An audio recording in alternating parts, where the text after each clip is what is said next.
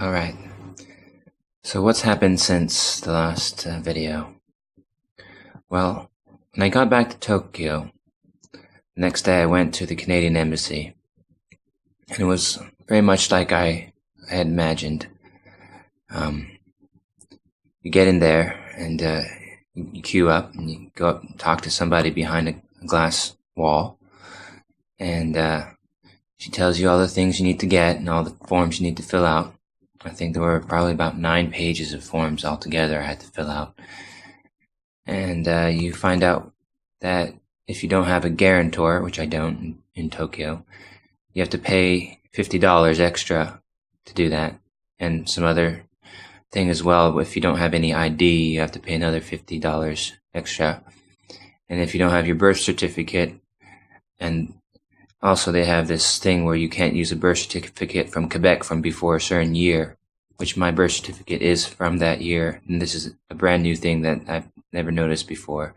I don't even have it with me in Tokyo anyway, so that was moot from the beginning. But without that, the maximum passport length I can get is 2 years.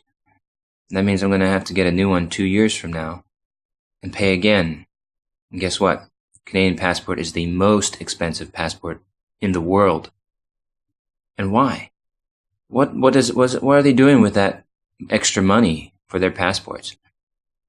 More intricate drawings inside the passports? Who wants that? Did I ask for more intricate drawings? For what? So that there's some shiny sticker on your face that when you shine an infrared light or whatever kind of blue light on it, you can see something? So what? Has that stopped thefts of passports? Obviously not. Has that stopped people from finding ways to use the Canadian passport? Well, if it did, no one would want to steal a Canadian passport. So why are Canadian passports still being stolen? Probably because you're spending all this money on things that are absolutely useless and just putting more money into the Canadian government's pockets. Thank you very much, Canadian government, for trying to screw me over. Well, I'm not. Not only that, the length it would take to complete the process of getting a new passport would mean most likely missing my flight and having to purchase a new flight on the fly. Now, those of you who have booked flights before know that you get really good deals if you book 5, 6, 7, 8 months in advance, which is what I did to come to Japan. Got a great deal on a return flight that if I had to book another one-way flight to Thailand, it would cost a lot more money than my flight currently did. It would probably cost more as a one-way flight ticket than my return flight ticket cost. On top of that, when I get back to Thailand, or before I get back to Thailand, I need to sort out the visa, because I don't have the visa anymore, because that was in the passport. So what do I do then? Throw more money at it? Wow. I don't have any kind of cash here to pay for that kind of thing. I brought enough money for my trip. I'm not going to go begging for money. That's just not who I am. I'm not going to be a beggar and beg people to help me pay for this. So what option does that leave me with? Well, today I went to the Thai embassy to see if somehow they would see my situation and say, maybe we can do something for you. That's not the way bureaucracy works. You see, they are taught to ignore the people. They're taught to ignore the situation and to follow protocol absolutely. And why has it gotten to this point? Why has it gotten to the point where something horrible can happen to you, like your passport being stolen, and the only thing you can do to fix it is to throw an absurd amount of money at different people? How is that any different from bribing? The system's messed up. It doesn't account for all the variables that can arise. All it's trying to do is trying to stop possible thieves. Well, who's paying the price for these thieves anyways? Not the government. We're the ones paying the price. We, the common people, who come up into these legitimate situations where we actually need help and we need some form of compassion, some way to bend the rules, to get around something so that, people can actually do something. All I want to do is be able to get back to Thailand. In Thailand, I have my birth certificate. In Thailand, I have my contacts. In Thailand, I have information. I have proof of identification.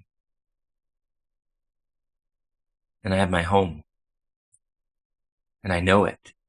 Here in Japan, everything's new. I don't know where to go, and going somewhere takes ages. You just have to look at the map and figure out where you're going to go, and sometimes you get lost, and it's confusing, and I don't have resources. I don't have a phone number to call people with. I don't have a printer to print out documents with. It's just really hard. And I'm trying to enjoy my trip. I'm trying not to let this completely overtake my entire time here in Japan, this short time that I have, that I've spent a lot of money and time into planning for. So I went to the Thai embassy and they did nothing for me. They just said simply, no. I said, I think I've got no other choice than to be deported. Well, guess what? As I was saying, they were more than happy to give me advice on how to get deported. They told me that to get deported, I'd have to get some kind of proof of identification anyways from my embassy. And I've been doing a little bit of research on deportation, and it's hard to find because there are a lot of different sensational news stories that pop up first in the search terms, and it's hard to get good, hard information about the process of deportation and how it would happen in my situation. So I'm going to be looking towards getting some type of information on that in future. And it's looking more and more likely that I'll be getting myself deported from Japan.